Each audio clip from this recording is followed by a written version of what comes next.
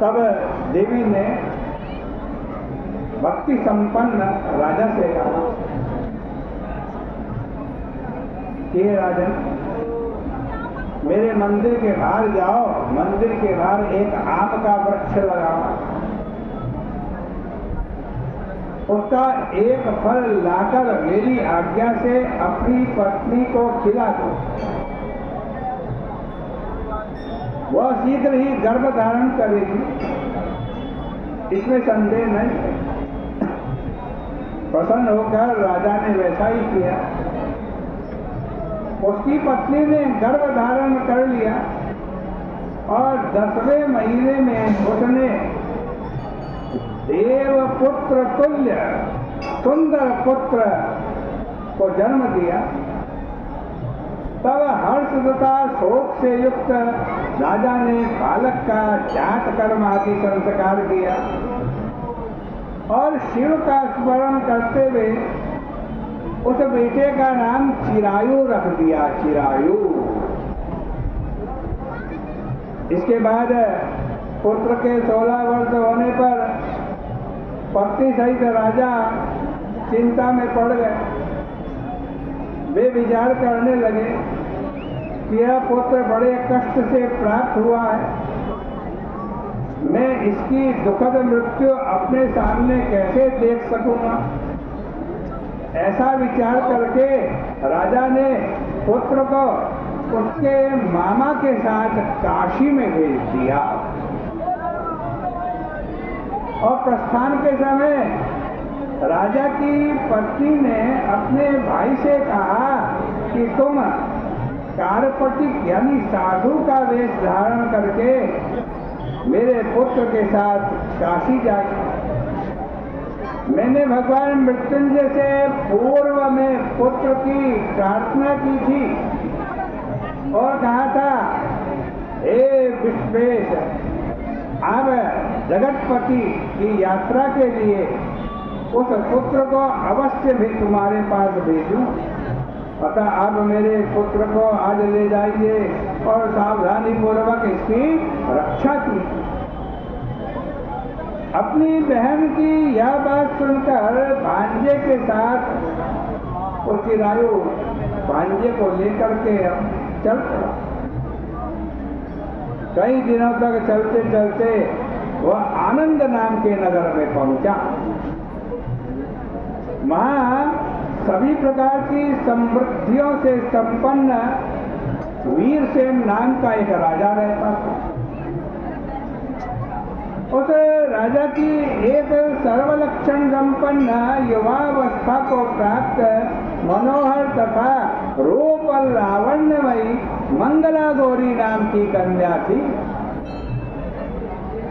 सभी उपमानों को तुच्छ करके सौंदर्य अभिवृद्धि को प्राप्त वह कन्या किसी समय सखियों के साथ नगर के उपवन में क्रीड़ा करने के लिए गई हुई थी। उसी समय वह चिरायु तथा उसका मामा वे दोनों वहां पहुंच गए और उन कन्याओं को देखने की लालसा से वहीं विश्राम करने लगे। इसी बीच विनोद पूर्वक क्रीड़ा करती हुई उन कन्याओं में से किसी एक ने कुपित होकर राजकुमारी को आज रंडा रंडा यह कुवचन कहा। तब उस अशुभ वचन को सुनकर कुमारी ने कहा, तुम अनुचित बात क्यों बोल रही हो? मेरे कुल में इस प्रकार की तो कोई है ही नहीं। मंगला गौरी की कृपा से तथा उनके व्रत के प्रभाव से विवाह के समय जिसके सिर पर मेरे हाथ के ये अक्षत उठाए उसने, जिसके सिर पर ये अक्षत गिरेंगे, हे सखी, वह यदि अल्प आयु वाला भी होगा तो चिरंजीवी हो जाएगा। इसके बाद वे सभी कन्याएं अपने अपने घर चली गई। वही दिन राजकुमारी के विवाह का था।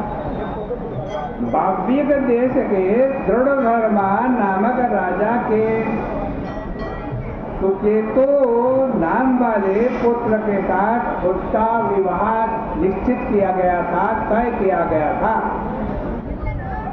वह सुकेतु विद्याविहीन, कुरूप तथा बहरा था।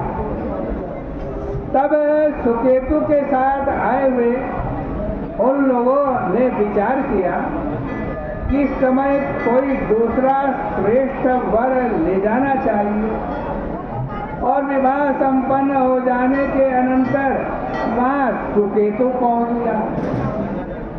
तदनंतर चिरायु के पास जाकर उन लोगों ने उसके मामा से याचना की कि आप इस बालक को हमारे को दे दीजिए, आप इस बालक को हमको दे दीजिए। उनकी बात सुनकर चिरायु का मामा मन ही मन बहुत प्रसन्न हुआ,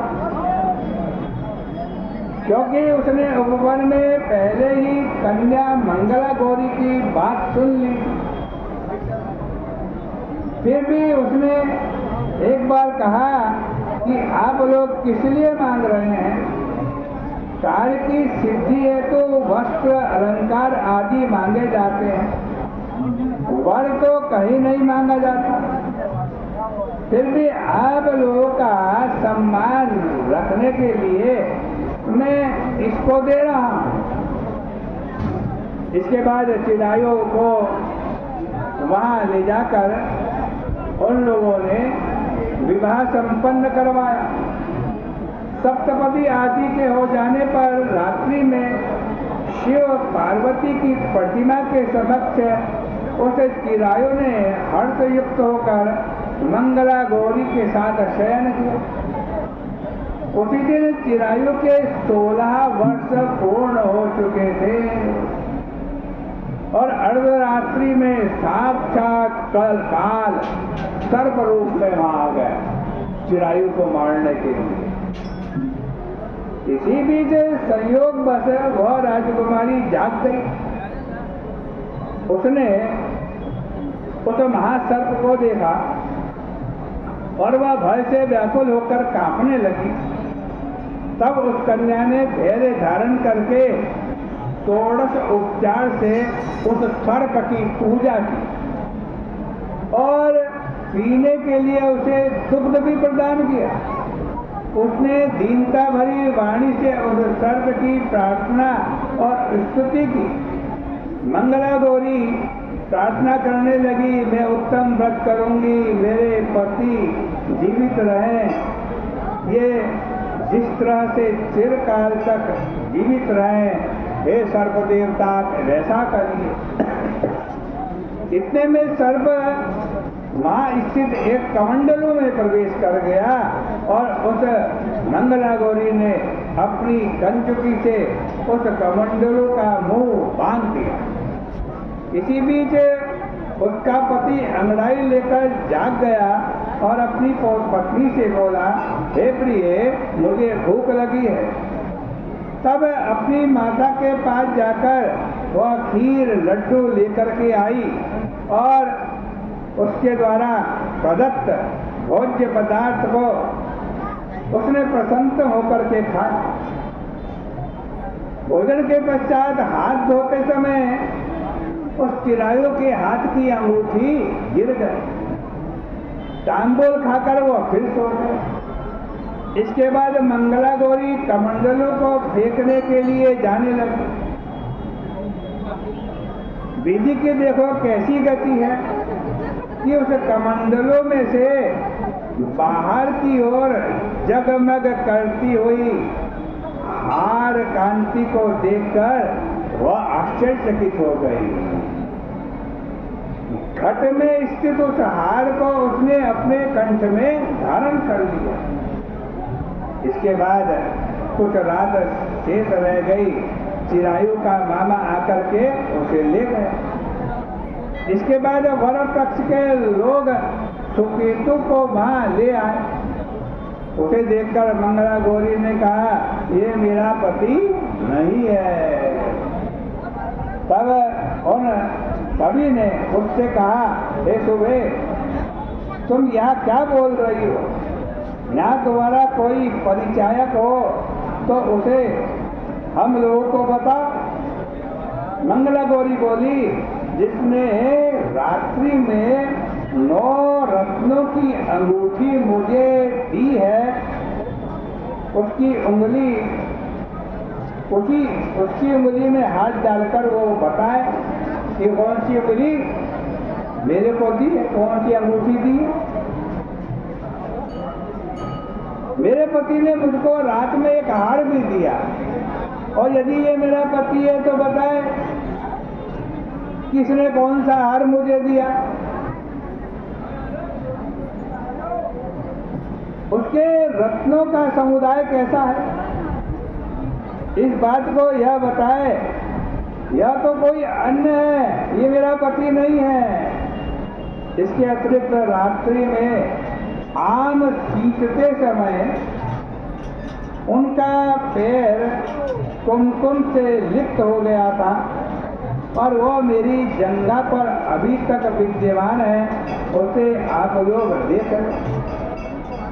साथ ही रात में परस्पर हमने जो बातचीत की, हमने जो भोजन किया, वो ये बता दे,